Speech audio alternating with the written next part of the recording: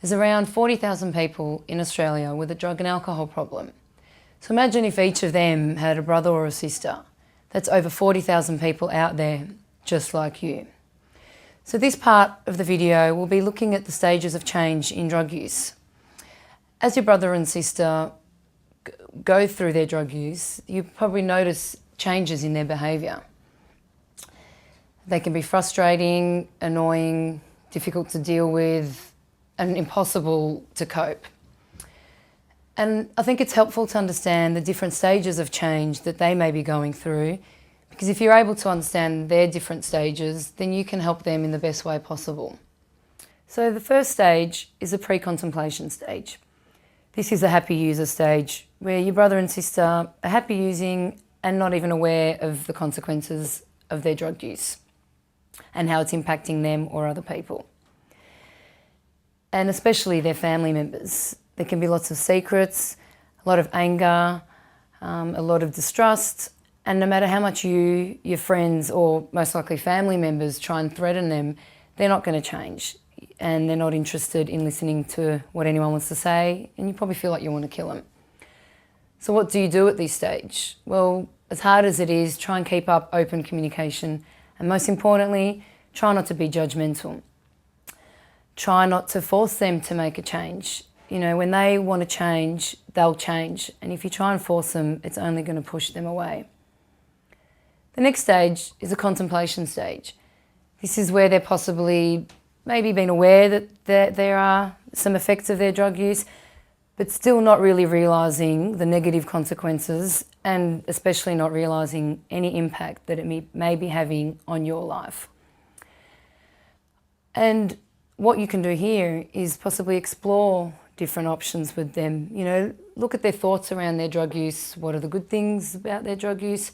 And what are the bad things about their drug use? One of the things that's important is to make sure to listen to them. As hard as it is, or as much as you want to do this, don't be quick to give your opinion and tell them what you think they should do. You can create some awareness around their drug use and possibly let them know how it's impacting you. Let them know that you're not going to cover up for them anymore. You're not going to keep their secrets. You're not going to try and, walk on the eggshells. It just gets too confusing and too messy if you keep trying to cover up for them. So after this comes the preparation stage.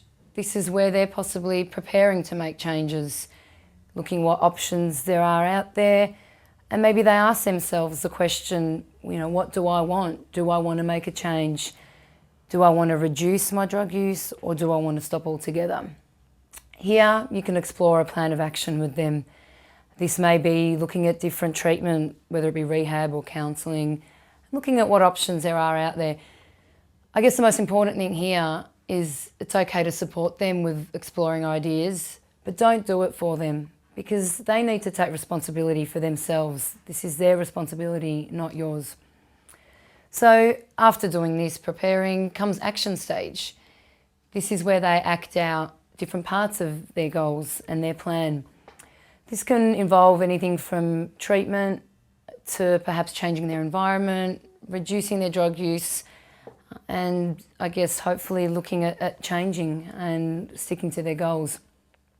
In this stage, it's important to encourage positive change, but to also remember that if they don't quit or stop or reach their goals as expected, then that's okay, because that's part of the process as well.